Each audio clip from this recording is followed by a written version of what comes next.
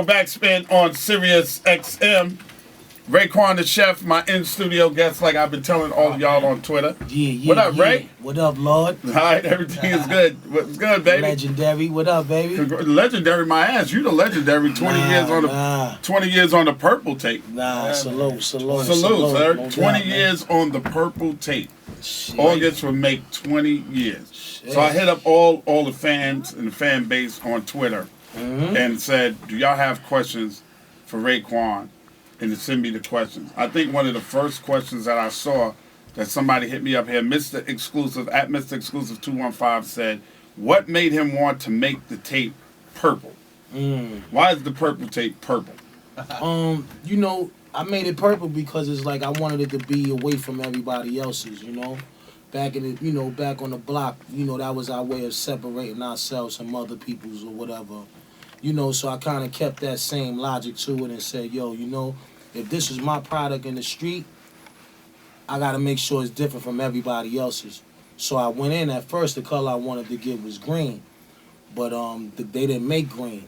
Okay. So the next thing you know, so like having green tops. Yeah, exactly. Right. Blue tops, whatever. You know what I mean? Just something from the street that we always knew was a way of separating. But when they didn't have the green color that I wanted, because my favorite color is money green. Right. So I wanted green, but they was like, yo, we only got yellow, purple, and red. I already knew Redman had a red tape out back in the day. The Red album. The Red album, he had a red tape. So I was like, can't do red, can't do that color, and purple was just looking at me. So I'm like, yo, everybody might think I'm a little funny guy with the purple or whatever. So I'm like, this is me thinking to myself, and I'm like, nah, purple. And then I just looked up what purple meant. It's royalty. It was perfect. So I'm like, yo, I'll take it.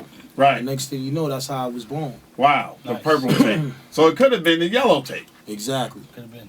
Right. Real talk. Could have been yellow tape, because cats be like, yo, I got yellow tops. When you're in the hood and everybody's out there hustling, doing their thing, everybody wants to separate their product from everybody else's product. Exactly. So that was the knowledge behind the purple tape. Absolutely. Now let's take it all the way back, Ray, to the beginning of the Wu-Tang Clan.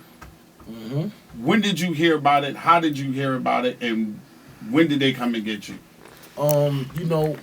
Back in the day, it was more like for fun. Everything was for fun. Everything, just having fun, rhyming in the staircase and, smoking blunts. And, it was just a fad thing because we was inspired by the culture. And RZA, he always was a dude that stayed into music, whether he was DJing or making a beat. Like, he goes back as far as I can remember me being like a youngin' for real. And a lot of people don't know that I kind of like hung with RZA before he actually got on, and before this whole Wu-Tang thing came together. It was like, to me at that time, RZA was a person that would take me off the block and let me just hang out with him for the day and see what he about with his music thing. So even though I liked it, I wasn't into it as much as he was. So when he finally got a situation and got a deal, he came back to the neighborhood, and we was proud for him. We was happy for him. Wow, yo. When you see an album cover come back to the hood, because we don't know what about album covers and put your face on it. Right. So, he came back and we felt like that was an accomplishment, and that's when the energy of us started having a little bit more hope, because we like, yo, somebody from the neighborhood got on. It was him and the GZA. The GZA was signed to Tommy Boy Records, and RZA was signed to, he was signed to Tommy Boy too. Was it Tommy Boy? I think the RZA was on Tommy Boy at a Prince Rakim, right? Yeah. And the GZA was on Cold Chillin'. Cold Chillin', yeah, right. because that's why he gave Cold Chillin' the business. Exactly. On the internet. The Wolves too begging for these Cold Chillin' labels. Exactly. Yes, sir. He was throwing his daggers then. But coming back to the neighborhood and seeing these guys that we knew made records, we like, wow, like, and they got deals. So I even went to some of the videos and played being a painter and all of that in the video. But I was just happy for them. And then I guess when they went out there and did their thing, they kind of felt like they was being misinterpreted on what they represent. Right. So I guess Riz got frustrated and came back. He realized he had his 5 minutes of fame. It didn't work. He came back to the hood. He was like, yo, I got a plan. I want to do something. And he had a relationship with certain guys in the neighborhood that was from certain neighborhoods. Like Ghost is from Stapleton. I'm from Park Hill. So it was like RZA was known in all these different projects from him being a music guy, and he knew certain dudes that was doing their thing. So he made a call one day. This is out the blue, y'all. This is real rap. I'm telling y'all. Called dudes one day, yo, boom, boom, boom. Y'all want to get in the studio? I want to make a record. We like, yo, we anything to get off this hot ass block. Let's, what time? You know what I mean? And next thing you know, it was like he called specific dudes, like, you know, like, yo, I want him, you, blah. Next thing you know, everybody come in the studio. So remind you, it wasn't even really great energy in the room. It was just, we here for him. Right. So it's like being one of the X-Men, and next thing you know, Professor X called you, and you know, you like, yo, I ain't gonna rock with him over there like that. You know what I mean? Like, right. Yeah, because I was about to ask you, Ghost being from Stapleton, you from Park Hill. Yeah, there was beef between Stapleton Projects and Park Hill. You know that, and that's traditional. That's like the you know, that always been something that we grew up amongst. Exactly. That's the best way to describe it. But you know, we were just living through them times, but we never really had like an issue.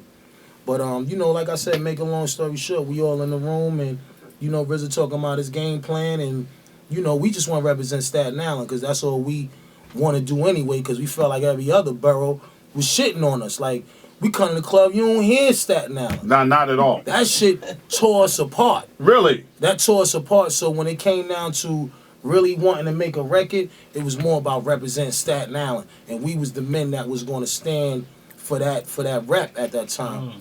And you know, the whole Wu-Tang thing, I knew RZA was deep into it.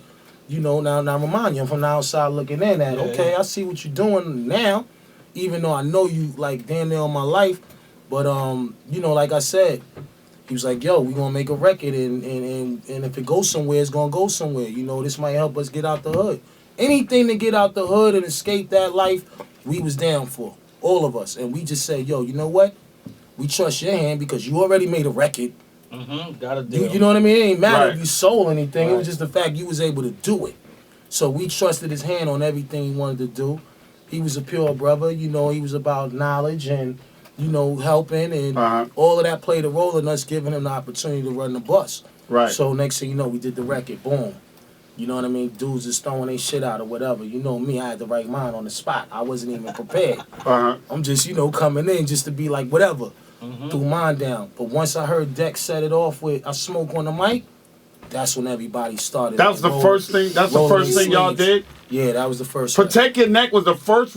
Protect Your Neck. Please get Protect Your Neck up and ready to go. That's crazy. This the first record y'all did collectively as the Wu-Tang Clan. No lie. Everybody in there don't know each other. Yeah. Looking at each other sideways, and this is what y'all came with? Absolutely. That's fucking unbelievable, man. But, you know, it kind of explains how everybody went hard on that record. Yes, like, now you understand the energy. When he set it off, he's like, hold up.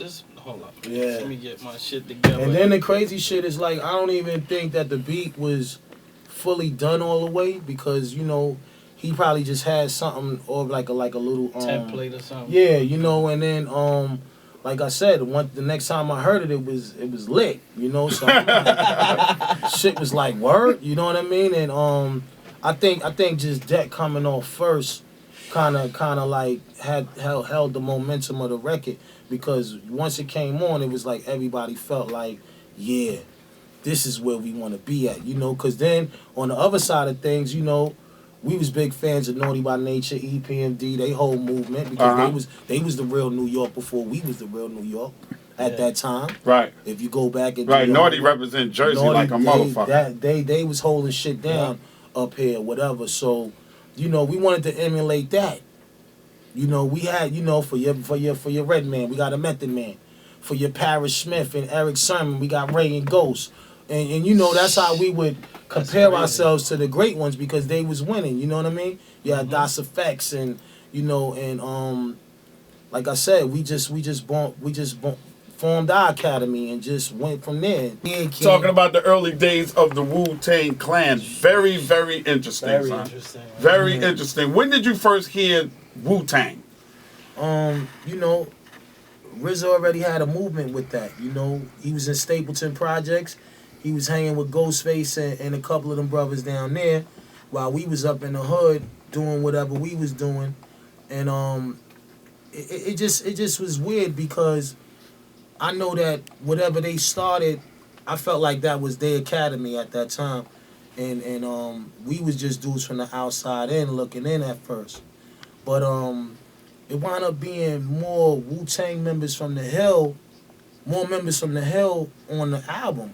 I mean, as far as the group is concerned, so Name everybody that's in the Wu-Tang that's from Park Hill. yeah, you know, of course, Inspector Deck, Method Man, myself, you know, RZA was more like a, you know, he lived from hood to hood. You know, U-Guard, Capadonna, you know, everybody was there except Ghost and Dirty. Okay. And Dirty's from Brooklyn. Yeah, Dirty was from Brooklyn. And Jizza and Old Dirty Bastard, rest in peace, he was, you know, RZA's cousins. Right. So they pretty much already had their own thing going on. So when we kind of like officially was this is the group, you know, it kind of like left a stain in the hood far as with certain projects, far as Stapleton. They like, yo, we was co-signing that more than they was. Right. But I guess in RZA's eyes, he just wanted to build the right team that he felt, yo, if this is what it's going to be, this is what it's going to be. And the record wound up being so ill that automatically we was like, you know what, let's start working on some more records too. So now, you know, everybody is picking records out and stashing and chucking. So, you know, but this is still, but we still doing the first album though, Ed. So, okay. That's what I'm saying. You know, when y'all heard Cream, that beat was already existed. It's just that nobody touched it yet, and I already had it. So it was a lot of music that was being made amongst making the first album. Okay. This is when RZA was just on fire, never come outside, hair all crazy, scuffed up Timbs. He don't even want to go outside. He just loving his ASR and a couple of things that he had. But, you know, like I said, overall, man, you know, I got down with it. They said, yo, you down now. Right. But, you know, it kind of like left a little stain in the hood, though. Oh, wow. And y'all got, on that first album, man, there's some classic skits I've always wanted to ask you about. Word. Where my killer tape at, yo? Where my killer tape? How did y'all, when did that come? Was that something that was, y'all, he was just recording, y'all was talking about some shit? Yeah, sometimes he left it on like that, though. He left the thing on, and you know, that's the organicness of what we wanted to do at that time.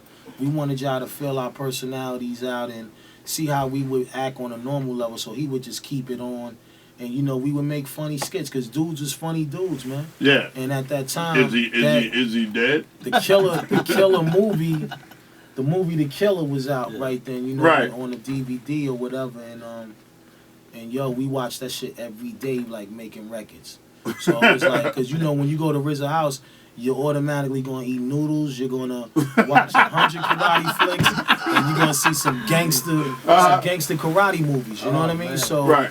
all that was inspiration, the Claudine, Sonny Carsons and all, because this is what we in the house listening to while we making the music. So we wanted to initiate all of that, give y'all every piece of everything that was real, and just give it to you all in one record. I mean, you know, me and Ghost, of course, we super close, but Ghost, it's like, it goes back to, like I said, like, we know each other, but we never really ran with each other. So even when we make the music, it's like playing ball next to a nigga that you nice with, and it's like, yo, y'all play good together, but when y'all go home, he going over there, I'm going over here. Right. So and people expect to see y'all together. Yeah, you know, that it was always that in people's eyes because the music was so connected. But we both had different lives, you know what I mean? Right. He ran with certain different cats, I ran with certain different cats. But more importantly, the love, the energy was there, but it got built up through the music. Right. So, you know, I love y'all together too, man. Regardless of what, I mean, man. you know. Every time I listen to either one of y'all albums, I'm just like everybody else. I expect at least a joint. I love the Wesley Snipes movement on a Sunday in Bermuda. We laptop niggas, thugs in the computer. That's my shit right there, man. Flowers, that's my shit. You better pay Big Mama for using his lyrics. That shit is so fucking hard and my mouth stayed dry because I swallowed the struggle. I might connect you to a VCR after they bug you. I ain't a player and I hate thugs too. I'm just a nigga with a killer like I hate thugs too. That shit is the shit. Every time I hear that shit, y'all bounce off of each other so well, man. Yeah, nah, I mean, you know, it's brotherhood, man. You know, on wax, and like I said, we had more similar styles. Like me and Ghost, We went to school together. I was in the snapping classes, and we was with the snapping masters. You know what I mean? So we could reminisce off them days, and that made us more closer because it's like, yo, we was all in the same classroom. Never disrespected each other. Nobody ever went in nobody's pocket or try to play him. So it made it more better to bond. Right. But as we went on in the game, it was like we had to both. We'd be arguing. Me and Ghost would feel one way, and the whole clan would feel another way. So. It was just we had a certain kind of energy together. Definitely, man. I wish I could have been on more of his records though, but you know how it be. He over there handling, I'm over here handling. Right. But you gotta look at it like this. You get Ray and Ghost together all the time, then it ain't gonna be fun. That's right. Yeah. Or special. So or special. If you get something from him, Dolo, and you get something from me, Dolo, and you get something together, then you get 3. You get 3 slices for $5. Now everyone that has the purple tape, everybody got a different favorite record. It's your children. What's your favorite joint on the purple tape? That's hard, Ed, because everybody asks me that. My thing is anytime I made an album, it was always paying attention to the body of work. Mm-hmm. I always wanted to make one record big like the next record. So if this record was dope, in my eyes, we had to make another one because we already had one. You see what I'm saying? So for each record, I'm just trying to outdo them all. Right. To make them all be like, all of them is official. Right. And that's me concentrating on the body of work. But I like the storytelling joints because, I grew up listening to stories. Slick Rick, Raekwon, throwing down heavy with the rhyme playing. I like Rainy Days, Right. Knowledge God. I like North Star when Papa Wu was, just giving me that rap. Right. Heaven and Hell, Different Chambers, doom, doom, doom, doom. Guillotines, that beat was a skit on Method Man's album to Cal, because his album came before Cuban Links. Right. So that little skit part, I love the beat so much. I'm like, yo, RZA, I want to make a beat out of that skit.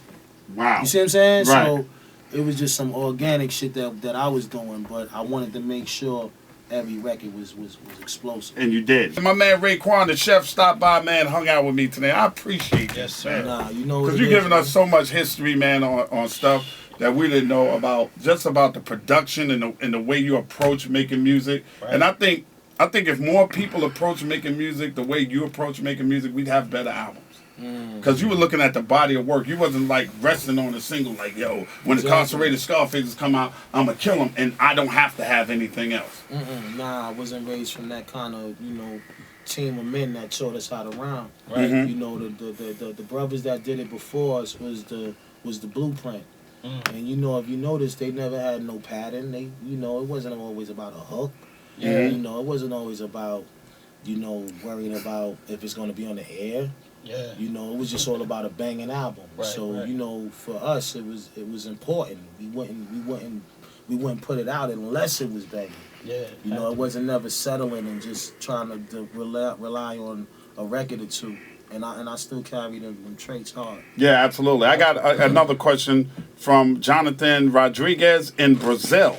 He says, ask Raekwon about the effect of Only Built for Cuban Links in the culture. Did he think that the album would be one of the greatest rap albums when he made it? Shout out Brazil too, Sao Paulo, with all my peoples out there. I felt like that in my heart. My confidence was in the right spot, but I felt like I was around masters. See, when you're around masters, you only could get better according to being around them type of dudes. And I feel like we had the most history of knowing what was the shit. So if I'm sitting next to dudes that any question or anything I ever wanted to know, and these the smartest niggas, I know I'm gonna make a classic. So my confidence was where it needed to be. Right. When we made that album, back then I was willing to not do videos to make a movie out of it. But they was already telling me, like, yo, you think it's too big. I'm like, listen, I know what I'm talking about. They was like, nah, you a little bit too open, bro. You got a record deal. Just be happy with you gonna get a shot.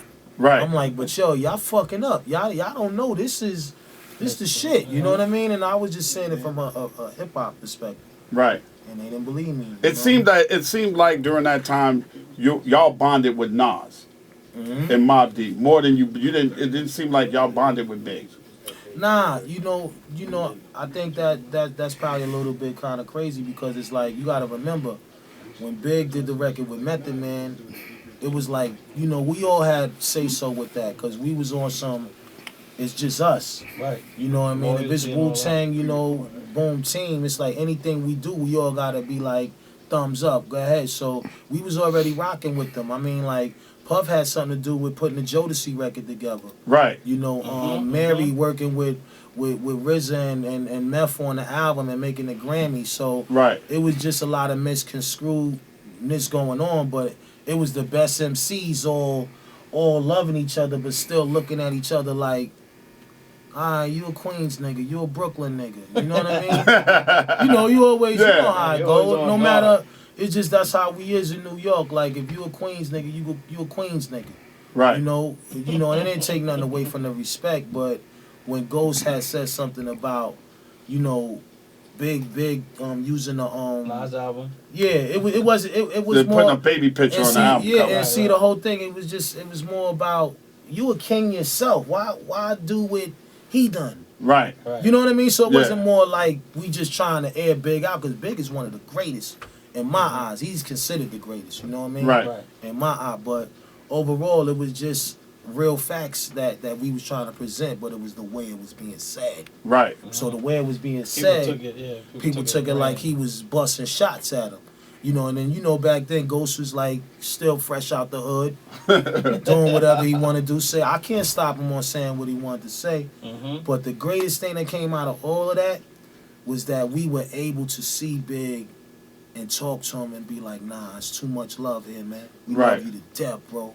And he felt good about because he was a huge Wu Tang fan. He loved us, you know what I mean? He loved Wu Tang. Yeah, and it hurt him to think that we didn't fuck with him like that. Right. And I had to tell him too when I seen him, like, come on, is you crazy? Like, it's just us. It's you know what I mean? It's you Nas, Mob, us. We run this state right here. So it wasn't never like personal, but when you got two greats with great heaters and you got a bunch of Brooklyn niggas, a bunch of Staten Island niggas. They the ones that's really, making it a sticky situation. But it was always love for them, man. Always, man. How did you get the call to do the song with Outkast? It's one of my favorite guest verses you did. That was crazy because we was in, I was living in Atlanta back then. This was back in 98. I was living out there. And I bumped into him in the mall. And That's crazy. Buying hats and shit, seeing them recognize, yo, what up, yo, boom, you need to do something. This is when you ain't hear the South up in the town. Right. You ain't hear them up here. So for me, it was like, I'm a universal builder. I build with everybody. Once the love is there, it's on and popping. And we built a relationship like that. And then it went to, let's make a record. And next thing you know, the record was made. I did the record out there in A-Town. Wow. But we had fun though, Yeah, who started dying the Wallabies, man? Oh, your man Tony Starks, your man Ghostface Killers. We grew up on that watching West Indians wear them, and it was a comfortable, respectful shoe. You know what I mean? That the OGs wore. They didn't wear Clarks, they wore Bally's. That's when you had money. Fila suits, velour suits, all of that. That's why I said Queens niggas, y'all was like kind of like pretty boy niggas because y'all always was super fly. Yeah. Yellow Bally's and shit like that, and Kangos, terry cloth, and velour, good Sergio velour. Tacchini suits and shit like that. So we just emulated all of that because we loved it though. But that's how we felt like when we started making money. That's the look we wanted. Right. So I was wearing silks early, like. That just showed strength. When you was on your Lex Diamond shit. Exactly. The names, I came up with the names though, the AKAs, and I'm like, yo, his name is Louis Diamonds. You know what I mean? Louis, like Louis Lex. Lex Diamonds, Louis Diamonds, Tony Stark, Louis Rich. The game just everybody started loving that whole that whole thing that we was doing. Yeah, definitely. Wow. Definitely, man. And another question from True Steel, the problem at True_Steel. He said, Raekwon, why wasn't Cuban Links 2 pushed as aggressively as any of your other projects? Yeah, good question. And he said Cuban Links 2 is a classic, by the way. Oh, good looking, my brother. Thank you. You know what it was? It was just that when I was doing when we did the first album, I was on a major. When I you know, I'm not on the major right now. I'm doing my own thing. I got my own distribution, and everything was coming through that circuit now. So now, it's like still the brand is big, but the people that I'm dealing with, they couldn't offer me that kind of money to do it because that's not what they do. Right. You know, their thing was more make a couple of dollars with you, and plus they didn't believe in it. I'm telling them anyway. This is a classic. We need 100,000 pieces out there, but Right. they didn't see that far. You see what I'm saying? So I had to deal with the fact of being independent and having to do it the way that they felt comfortable. But I did try to tell them the same way that I said when we made the album, the Cuban Links, the first one, and I said I need a movie. I had a vision. So next thing you know, it was like I had another vision, but they couldn't understand it. But we made some bread together though. There you go, man. My man Raekwon and Chef in the building with us, man. And one last question from Eddie Mack.